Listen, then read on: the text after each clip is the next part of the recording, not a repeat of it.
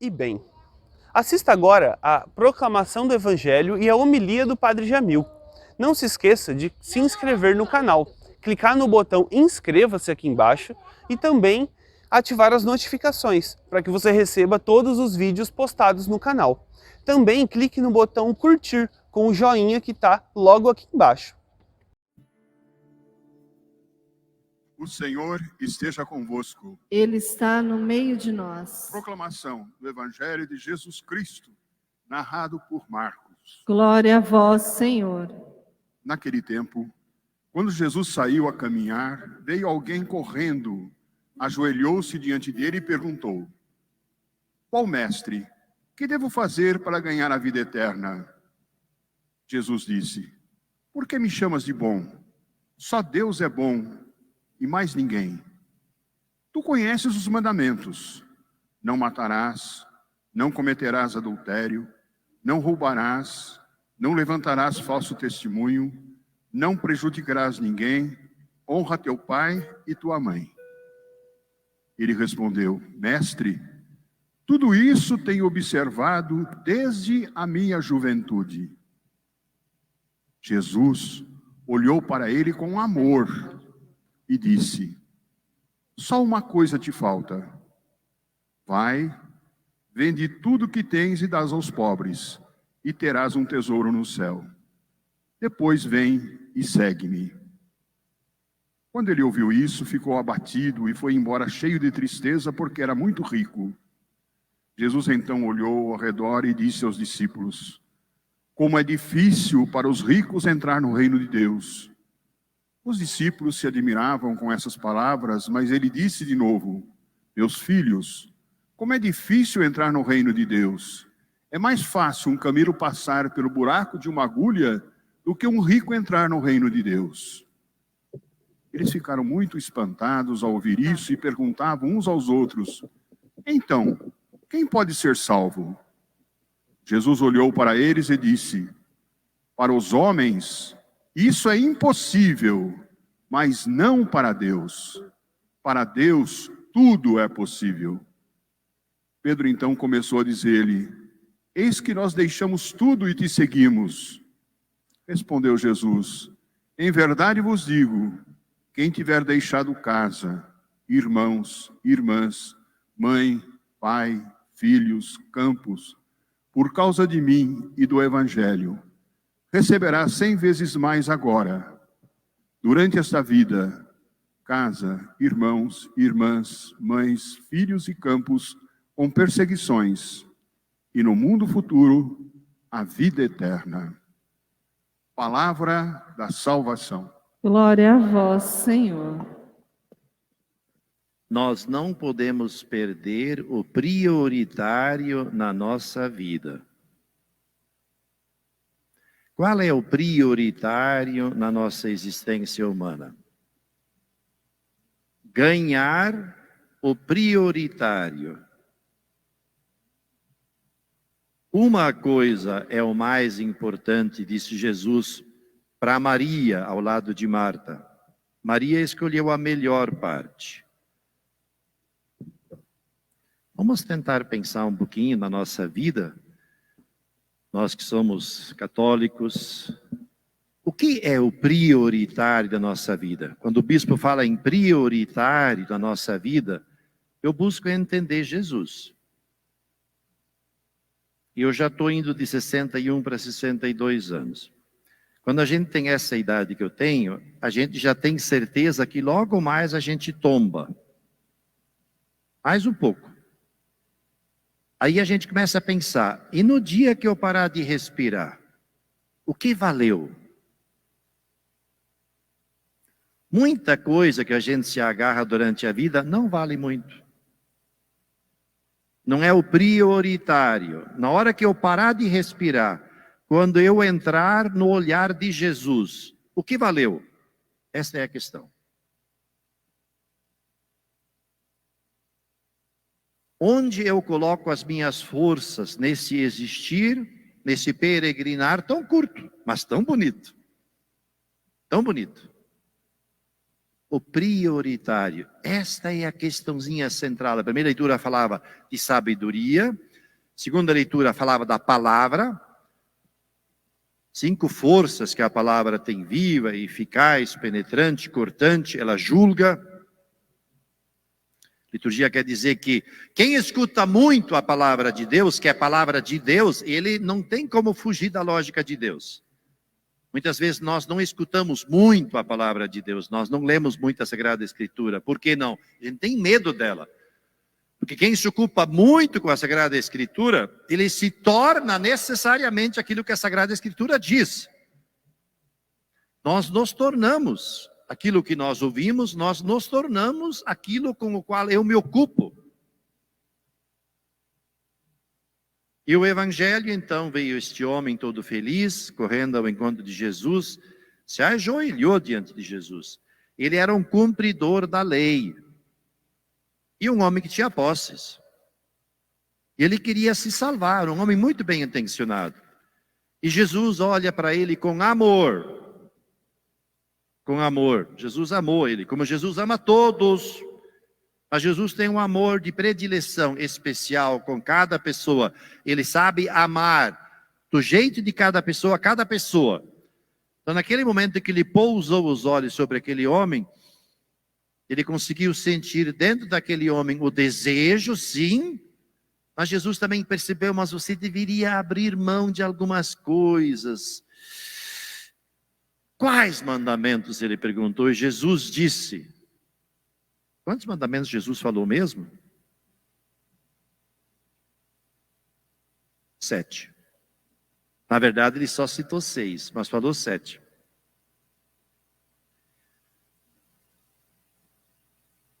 Todos os mandamentos que Jesus citou são relacionados ao outro. Nenhum deles a Deus diretamente.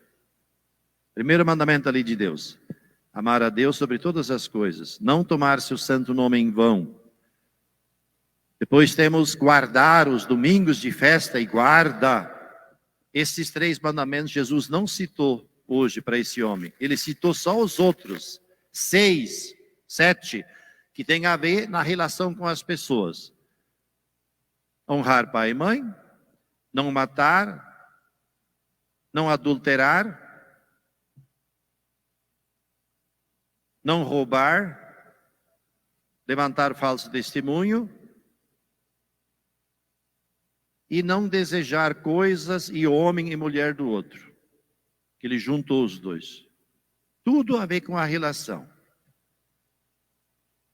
Na verdade, Jesus estava dizendo para esse homem: dá uma olhadinha se a tua relação com as pessoas está boa. É que você tem um jeito de observar a lei de Deus que talvez não é exatamente o meu jeito. Você teria, de repente, com aquilo que você tem, ajudar alguém? Você se interessa em ajudar alguém? Como você vive mesmo?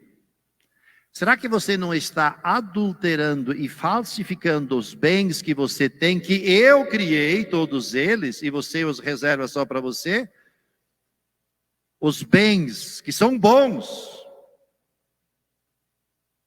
Com eles você também pode amar, partilhar. Você está usando eles para amar, para partilhar, para construir o reino? Você está usando eles para isso? Essa é a questão. Então, na lógica do Evangelho, os bens que eu, bispo, tenho, eu não posso simplesmente fazer o que eu quero com estes bens. Assim, simplesmente. Não, eu tenho que sempre perguntar. Espera lá. Para vocês é um pouquinho diferente do que para mim, porque eu não tenho esposa, não constituo família, não tenho filhos. Eu tenho uma vida mais garantida nesse sentido. Então, eu preciso me perguntar. Eu me agarro ao salário que nós chamamos de côngrua, que cada mês cai na continha, ou eu tenho a capacidade de fazer doações? Esta é a questão para mim, ligado ao dinheiro. E o bispo de vocês faz doação, sim. Então eu não posso, na ganância, colocar o meu dinheirinho entre mim e a outra pessoa, se a outra pessoa vem a mim e diz: bispo, o senhor não pode me ajudar? Eu estaria precisando, 1 ano só, me ajuda este ano. Estou precisando pagar a minha conta, perdi o emprego, falta 1 ano para terminar a faculdade. O senhor não me ajuda? Quanto é, filha? Tanto. Tá bom, esse ano eu vou te ajudar.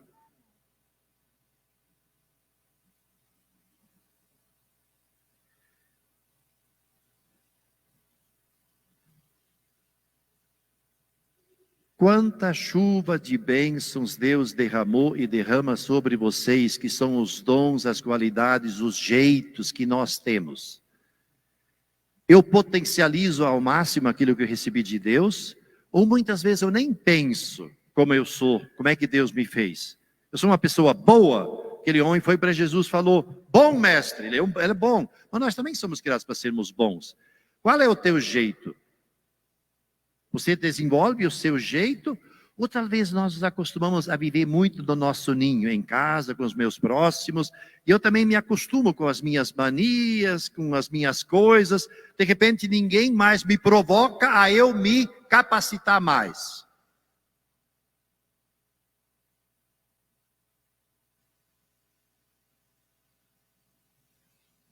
Qual é o seu dom? Sua qualidade, 4, 5, 6, 7, vamos chegar a 7, que você tem. Você se ocupa todos os dias em regar essas qualidades, você se empenha em cuidar do teu jeito para você fazer o bem para os outros, isto é o prioritário. Isto é o prioritário. Quando nós chegamos depois lá, quando eu parar de respirar, eu fico imaginando assim, naquela hora Jesus chega perto de mim e Ele dá a mim por graça a visão que Ele tem de mim. E eu me vejo como Deus me vê. Eu vejo em 1, 2 segundos toda a minha vida. E eu digo, nossa, é verdade. Deus me fez com todas essas qualidades e lá eu podia ter dado um passo na direção do outro, eu recuei.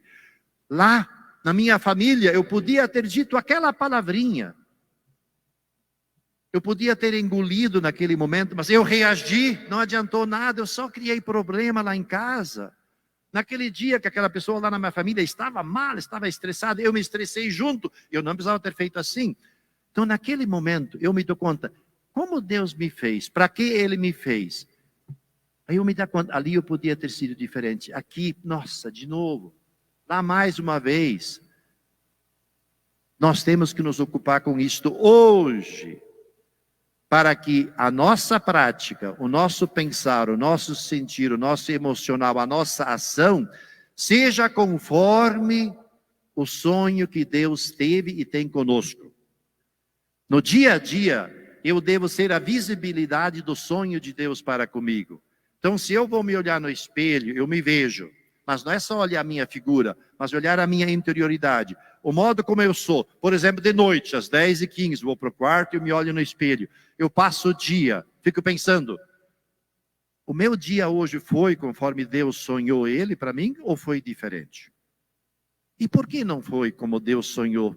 Por que foi diferente? E amanhã, como é que será? Ou amanhã eu acordo e vou só vivendo. Não paro, não penso.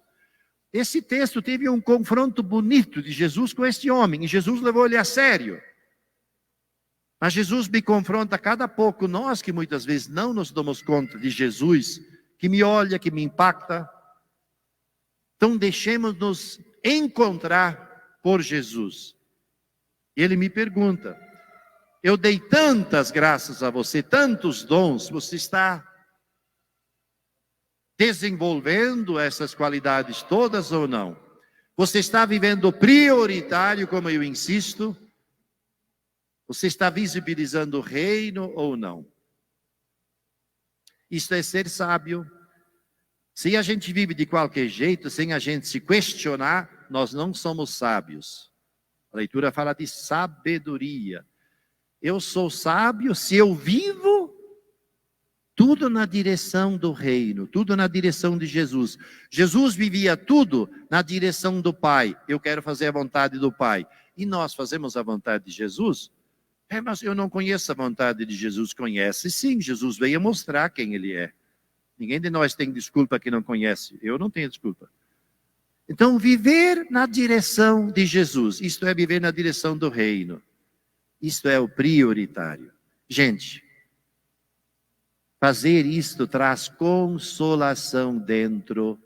Muitas vezes nós somos assim felizes. A gente vai vivendo. Quem pergunta, você está bem? Sim.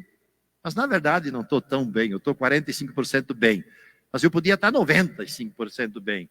Eu posso de fato sentir a presença de Deus, sentir a bênção de Deus. Eu sinto que Deus diz, muito bem, estou feliz com você. Eu sinto dentro de mim um elan, uma coisa que me faz de fato buscar viver o prioritário, viver para Deus, viver para os outros, alegrar os outros, levantar as pessoas, estimular os outros, ajudar quando posso alguém. Nós somos feitos para isso. O divino está dentro de nós. Não abafar o divino. Isto nos dá alegria, nos dá entusiasmo, satisfação e alegra os outros ao nosso redor. E de vez em quando nós, com tantas picuinhazinhas, estragamos as relações com as pessoas que estão ao nosso redor. Não vale a pena. Então, mais uma vez, e terminou, o prioritário. Vocês que vão ser crismados hoje, vocês recebem Deus, a pessoa do Espírito Santo. Você já conversa com o Espírito Santo?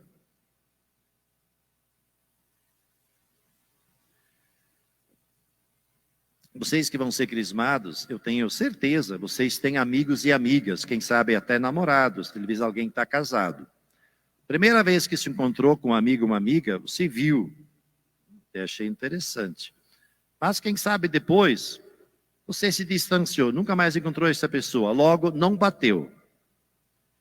Agora você encontra uma pessoa, você sente alguma coisa, você volta a se encontrar, você se ocupa com outra pessoa, você aprende a conversar com outra pessoa, você aprende a escutar outra pessoa, a outra pessoa se torna importante para você e ela ajuda você. Com o Espírito Santo é assim. Hoje você vai receber o Espírito Santo, no sacramento. A confirmação do Espírito Santo do batismo, da missão que nós recebemos. Se você não conversar com o Espírito Santo, se você não aprender a escutar o Espírito Santo, ele não vai existir para você. Ele está lá dentro, mas meio que mortinho.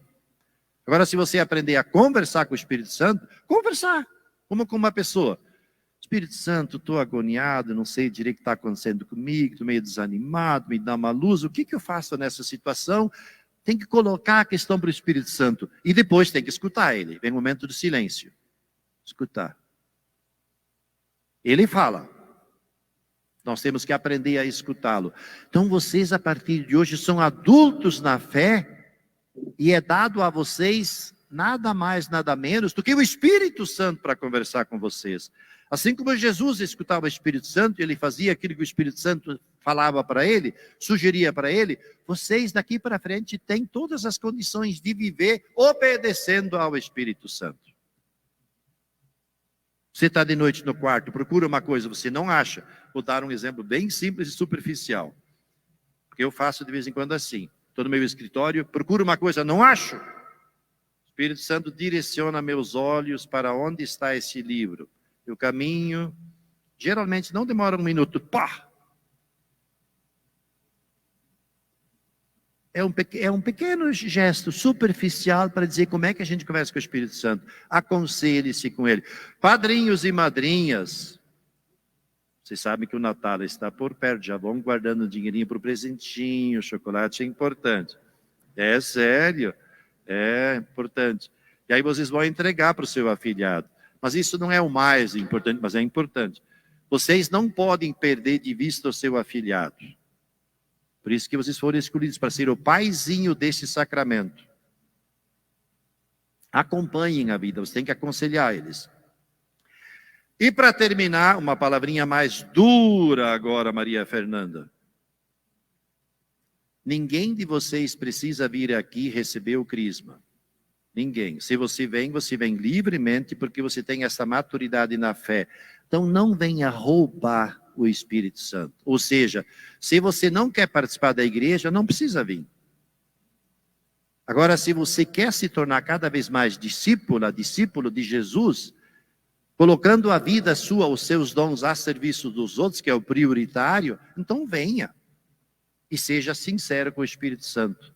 Aprender a viver na missão para os outros. Louvado seja nosso Senhor Jesus Cristo. para sempre seja louvado.